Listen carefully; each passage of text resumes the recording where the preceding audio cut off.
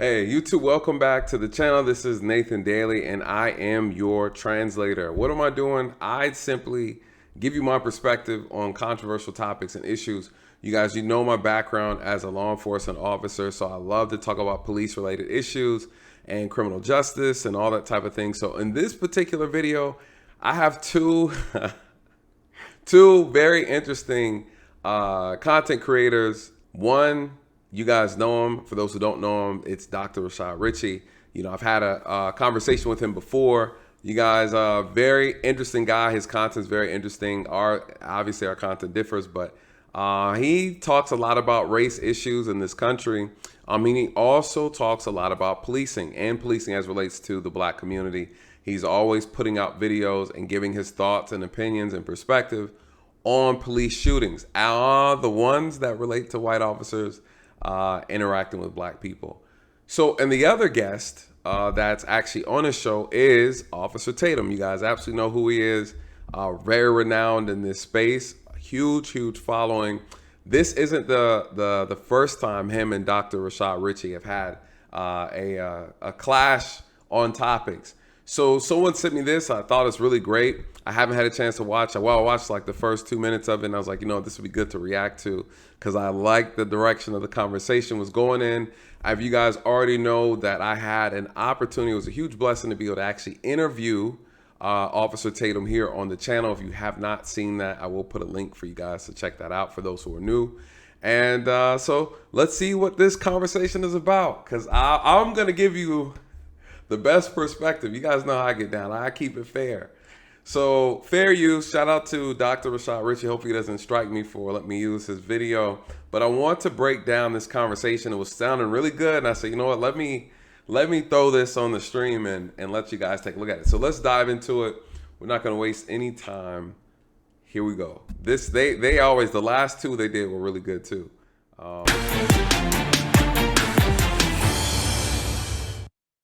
My dear brother's back. Brandon Tatum, former police officer, author of Beaten Black and Blue, being a black cop in an America under siege. Officer Tatum, welcome back, sir. How are you?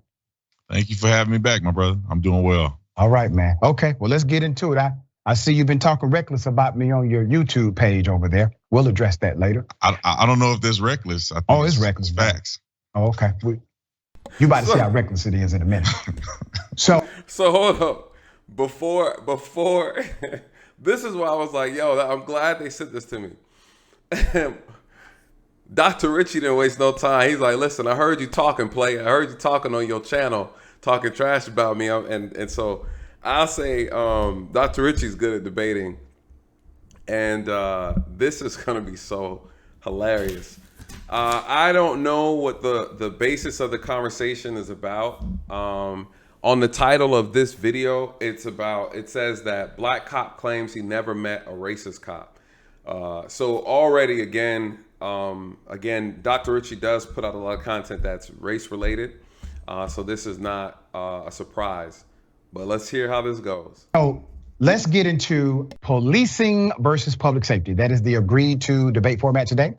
I think it is a separation. I don't want to presume what you know, believe about those two dynamics. So if you would, give us your sentiment and I will opine.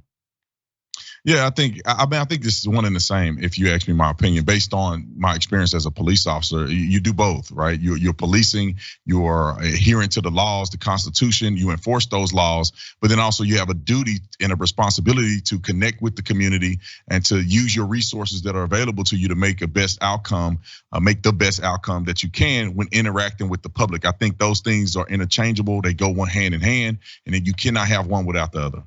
All right, so I see it differently. I see policing as a separate operation, but connected. So for example, I think public safety is the overall goal. Policing is one methodology to obtain that goal. I have what's called a 5-tier public safety directive. My 5-tier directive says here are your 5 pillars, and every government has to do these things and do them well to have an effective public safety model. 1, fire service. 2, law enforcement. 3, emergency medical, EMS. 4, mental health. And 5, preventative programs. Now, that's your public safety model, okay? So I don't think that was actually a good question to ask. I think that just in general, he's asking, is policing public safety? I don't know. I just don't think that was really a good question. I think it was misleading because now he's saying what other departments make up public safety, right? It's he should have asked, "Hey Brandon, what do you think? What departments make up public safety in a community?" Then that would give him an opportunity to think, be like, well, policing, obviously firefighters, like that's a no brainer. So I don't know. I just think just starting off, that was a very unnecessary question, right? It's just unnecessary. Anyways. Maybe I'm overthinking it. Policing has become conflated. I agree. There's a conflation now of policing and public safety. It is not the same. It is not the same. And that is evidenced by the reality that police often will say, we're not trained to deal with this. And they will name something that is an issue in public safety. If there's a mental health disorder, police officers are typically not well equipped or well trained to deal with that element. Well, is it a safety dynamic? Yes, it can be a safety dynamic for members of the community. Also, preventative measures. Police officers are reactionary. They come typically when somebody calls 911 or when they have seen something that seems illegal, right? That is the normative rule. So they can't be preventative by the definition and design of their operation. They are not crime preventers. They are typically crime fighters. So I submit to you, dear brother, that we have somehow gotten off course here as it relates to public safety and policing, where many people are thinking like you, that in order to have public safety, you must have a massive police budget. But police officers admit many elements of public safety in a community, they are simply unable to address, no matter how much money you give them. Right. So very bad, disingenuous even start on Dr. Ritchie's part, to be quite honest, you guys, just listening to what he's trying to say, conflating a lot of different things. The question is, at the end of the day, is policing a part of public safety? The answer is yes. You might not agree that policing can take care of all of public safety needs. That's correct. That's absolutely correct. No one said that it should or that it could. And so I just feel like he's already trying to frame a particular narrative that no one said. So it's a disingenuous approach. So at the end of the day, you have public safety. Under public safety, if you look at it as that is the house. Inside the house of public safety, people who are responsible for public safety, policing is absolutely there. It is needed. Should they be doing everybody's job in the house? Absolutely not. And everybody is well aware of that. So I just think that approach already is a little disingenuous, but let's continue. I want to hear what Brandon's retort is. What do you say about that? Yeah, I don't think it's that you have a massive police department and a massive budget. You just need to have an effective budget and an effective police department. And we need to have police officers that are adequately trained, right? Because we can't just avoid a mental health scenario. If just say we go to a domestic violence situation and the husband is mentally ill. As a police officer, you still have to enforce the law, and we should be well trained enough to deal with it as efficient and effective as possible. Police officers will never be social workers. That's not the field that they're in, but you can have a level of communication, a level of training that can help you deal with these situations in the best way you can when the situation presents itself. Like we were CIT trained, crisis intervention trained. We took 40 hours of training. We learned a lot about mental illness. We learned how to de-escalate, but we can only do so much. But I think it's invaluable that we have that level of training, and it will help police officers be effective. We cannot avoid the fact that law enforcement has to get involved. And I want to touch real quick on a proactive side. That's why funding police is important. So police are not just reactive, they can be proactive. And so let me speak to the mental health piece. He referred to CIT, you guys. I'm actually CIT certified as well. And he's absolutely correct. It's a 40 hours, Lord. It's a very extensive training course. It was very informative. It's very insightful. And I think it helped a lot. I was able to But like any training though, any training, you have to want to be a part of it. You have to want to understand it. And we did a lot of scenarios, being able to identify those who have mental health issues, even people who are suffering from a mental health crisis, what that looks like, how to identify which ones, and then also how to address it appropriately. And then also improving on ways to de-escalate situations and not set people off or trigger them, and what that looks like. So it was a very, very powerful training. So I agree with him on that. I think he made a valid point that even if you're going to have social workers deal or specific people in the profession deal with mental health crises when people are going through their episodes, it doesn't mean that officers shouldn't be trained to a certain degree to also understand it, because there are going to be times where those professionals are going to be unable to subdue or to get them to comply, or they might get violent to a point to where a police officer will have to be called. So I'm not against the training. I think it's still necessary. So I think that was a good point. And being proactive, meaning you have enough police officers that they can go out and patrol the community. We get a flyer of a suspect that's at large. We can go find that person instead of just going call to call to call to call and not being proactive. You said police officers are not social workers. That's actually factually untrue. There are a number of police officers today who are in fact social workers. They have a master of social work. Some of them have a PhD and they work in law enforcement. Some of them actually carry guns. Some of them have decided not to. That has become a new dynamic in the progression of law enforcement, where you do have social workers who are on police forces. And many of these police forces have seen a significant connection between community and cop, or community and policing, because they decided to progress with the community itself. I will give you Ithaca, New York. Ithaca, New York, they did some revolutionary things. All right, they brought in social workers. They also did an exhaustive psychological examination at the end of the training and written exam and everything else. They did an exhaustive psychological evaluation of those cops. These are people that qualify to be cops, brother. They were about to get the badge, all right? 75% of them failed.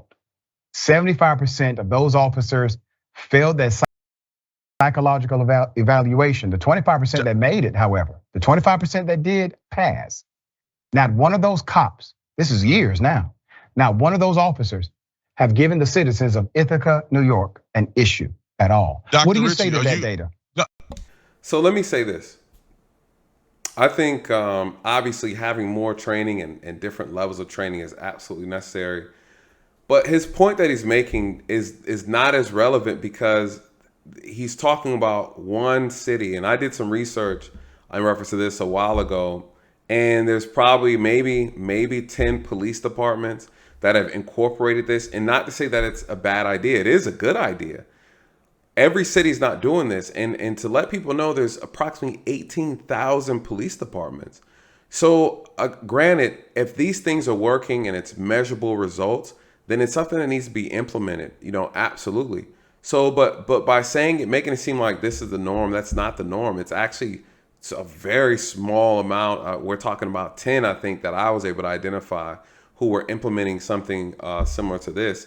And so, and some of these are very small cities with, maybe 20 police officers. They have the budget, they can afford it. You take a New York City, right? Like the New York City Police Department, Los Angeles Police Department, and you're trying to get every single officer to have that training.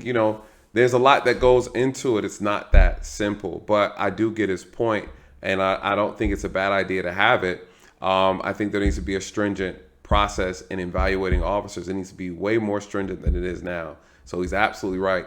You want higher standards to weed out people who have no business doing the profession. He's absolutely correct. No, I think that's what we're supposed to do. And it seems as if you are speaking of this as if it was new. When I joined the police department in 2011, we did the same thing. No, so you said that police officers, you said police officers are not social workers. I just gave an example of one department that decided to bring in social workers as police officers, or replace police officers with social workers, because they found out that 50% of their calls, they actually didn't need an officer, they needed a social worker. And so they decided to create their policing model based on the community model.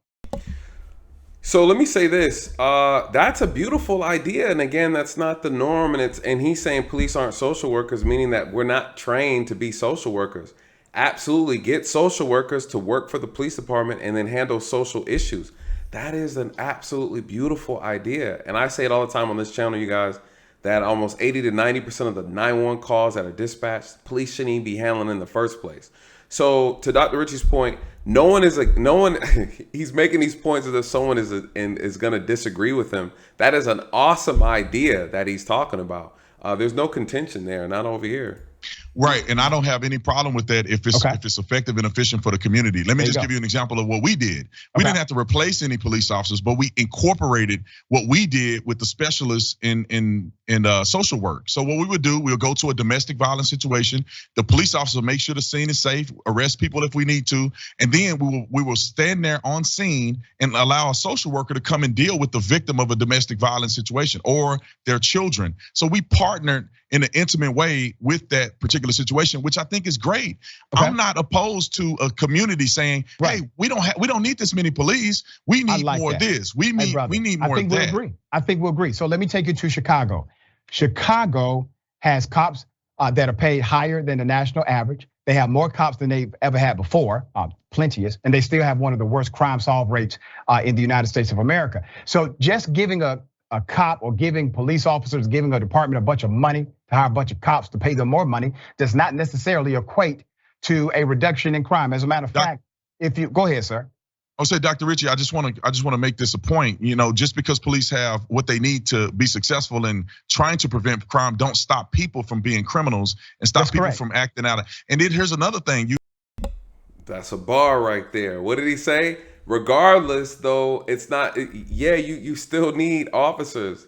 That doesn't change it. Just having more officers to investigate crime doesn't mean people are going to stop being criminals, right? So that is a nonsensical argument that Dr. Ritchie just made. Unfortunately, I'm glad Tatum called him out on that, because he's absolutely correct. Common sense is, yeah, you need officers to combat crime, investigate crime. Yes, you do need a certain amount in order to keep up with the crime. But just because you have a large police force doesn't mean people are going to just reduce the amount of crime. But what you will see, though, statistically, is you'll see crimes be solved at a higher rate. You'll see crimes being investigated and closed out at a higher rate, because you have the manpower to address the level of crime. And then you also have to factor in the fluctuation of population and things of that nature. So there's more to it. It's not just simple. And I think that's why it's good to have these conversations with people who actually have done the job and know the information. Because if you're not careful, you're saying these things out loud thinking you know what you're talking about, or that you believe that what you're saying is the truth, until you speak to someone who actually did the job and can bring some clarity and insight. Great call. That was actually a great call on that. You have to have policies. You have to have policies in place too, because police can only arrest so many people. You take them down there and they don't prosecute people, or they incentivize or decriminalize certain things, then we exacerbate the criminal behavior. Man, I really appreciate you opening that gateway. So let me submit something to you, because you've said some things that actually do make sense. And it's proper. I always make sense. No, sir, you don't. So let me bring you back to a comment you made in reference to policing. 100% of the time, the reason why police departments receive more money is because they are pitched to the community as the best way to reduce crime in their community. Now, where are you getting that information from? Because that's when we got a bigger budget. Okay. I'm it going had nothing to do with what you're referring to. I'm going to go ahead and tell you. You can look up virtually any report over the last 10 years where mayor has stood up and said, we have to give our police officers more money. They've always utilized the requisite dynamic of crime or criminality in order to make the case that we need more money for the police budget to effectively fight crime. I agree with that. That is the talking point. That is the talking point. That's so true. I think one of the biggest problems with policing as a profession is that, I think with anything though, more money doesn't mean you're going to solve the problem. It's the policy, it's the plan, it's the strategy, it's the tactics. If you have poor leadership and you don't budget the money, you don't have the right ideas, you don't even understand the real problem, then you're throwing money into the fire. And I think that's what's happening with a lot of police departments or other organizations or social programs, right? You got all these social programs, they're constantly throwing money. They're throwing money in the education department for a lot of these cities and suburban schools. They're throwing money, inner city schools. And they're like, hey, we get all this money, but we're not getting any results because, yeah, you're one, people are misusing the money, they're abusing the budget, people aren't doing their job. So it's a well-rounded problem, and a lot of times it's corruption and it's egos, and it's stupidity and poor leadership. But he is right. That's the talking point. With a lot of cities. Here's the point I want to make to you. You said something about Ithaca, New York that I actually think is true. You said good for Ithaca, basically, because if it works for that community, it works for that community. And you want what works. That's a public safety model. That is a public safety attitude. We want what works. That is what we desire, okay? So let's say there's a community that spends $1 billion a year on police. And the community says, you know what? We still have crime increasing. Nothing is changing. We keep giving you more money. We keep hiring more cops, and we keep getting increased crime. So instead of 1 billion, we're going to now say, let's cut that to 750 million and use 250 million for preventative, mental health, or wherever else those dynamics are located. If it's connected to a crime of survival, if it's connected to drug and alcohol use, if it's connected to being unsheltered, if it's connected to not having a job, if it's connected to not having a skill set, let's address the underlying issues before they get to the place of criminal contact. So let's try that with our 250 million. Let's decrease the policing budget to increase our public safety budget because that works for our community. Would you agree with that, sir? Well, Dr. Ritchie, I would agree with it on at face value, but we have to understand the dynamic. Like the problem that I think we are facing is that people are saying, let's eliminate the police because they're racist. Let's eliminate the police because they're bad. Some of them are. Yeah, some of them are. It's very rare, but some of them are. Oh, okay, well, it shouldn't happen at all, brother. Especially when we're humans. That they're racist and they get to keep their jobs. No. Come on, man. It's human nature. There's racist people everywhere. You're right, it is. Listen, sir, bias, innate bias, hyper-bias, all that's human nature, dear brother. You don't need a gun in the badge. You don't need a gun in the badge. But in retrospect, in reality, when I say reality of policing, it's very rare. Most other professions have way more adverse. What? Most professions have a lot more adverse employees than police. It's rare that you'll have a racist police officer. Tell me it's absolutely rare. Tell me what industry. I never. This is the moment Richie wanted right here, you guys. Listen, what did he say? He said Richie's argument is like a lot of people's argument who don't understand the problem is that what Tatum is saying is Tatum is arguing from the place of reality, and then Richie is arguing from the place of morality. So what we have is reality versus morality. Reality is people are going to be racist. People are going to be biased. People are going to be dumb. They're going to be bad at their job. They're going to be idiots. They're going to be imbeciles. You can't change that. No matter what you think you can do, you're not going to get rid of that. You can reduce it all the way down to the smallest percentage, but it's still going to be there. Hell, even on the little bottles that you wipe your hands with, will tell you can only get 99% of the germs off. They can't give you a guarantee because it's not possible. What Richie is saying, Dr. Richie's saying, hey, it just shouldn't happen. There shouldn't be a racist cop in a profession. You can't stop that. That'll never happen. The best we can do is as soon as they're identified, they're taken out, snuffed out, removed, and punished if they did crimes or whatever they violated, and they're dealt with properly, and you make an example out of them. That's the best that you can ask for. You can make sure you evaluate these people properly before you give them the badge and the gun in the first place. That's the best you can ask for, and make sure that you stay on top of that. But outside of that, you guys, there's nothing you can do about it. Absolutely nothing you can do about it. So getting all up in your feelings isn't going to change the reality. You know, again, on this channel, what do we do, guys? Facts over feelings. The facts are there's nothing you can do about that.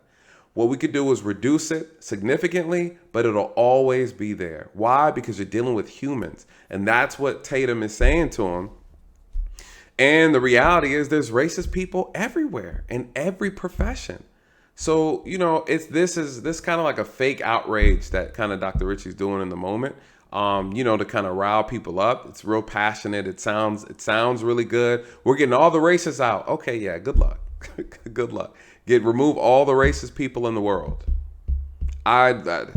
Nobel Peace Prize, Dr. Richie, if you find the goggles that you can put on and you create something like that can examine the heart of people, and you can tell a racist by looking at them, you'll be a trillionaire. In the medical industry, you can go to your pulpit. You can go to your pulpit at your churches. You can go on television. Right. You can get to any profession. You will see more dynamics of racial issues than you do in policing. Okay, every other profession is more racist than the police, is what you're saying. I have never met a racist police officer when I was a police officer for 6.5 years. Who you done met, sir? That has nothing to do with the Black National Police Association. Macrocosm of data. I was in what are you saying? I did this for a living. How many police officers do you know? How many police officers do you know? How many police officers do you know? You would like me to answer that question, sir? Yeah. Okay. Yes. I know probably personally, maybe 11, 12 police officers. How many of them are racist? Hold on, dear brother. Hold on. How many are racist? Brother, I'm going to answer the question the way I got him. How many are racist? That's a good question. If you know 12, how many, and are these black officers? Are they white officers? How many are racist? That's actually a very good question. And that was a good question. It was a good response. Here's the reality. Have I ever met a racist cop since I've been doing 13 years? I haven't. I haven't seen one. And I've worked with white, Asian. Now, have I met officers who were racially insensitive, who didn't really care, talk to you any kind of way? Yeah, I have met plenty of those. And it's easy to confuse the two, right? It just is. But I think people, we get so cavalier with that word racist.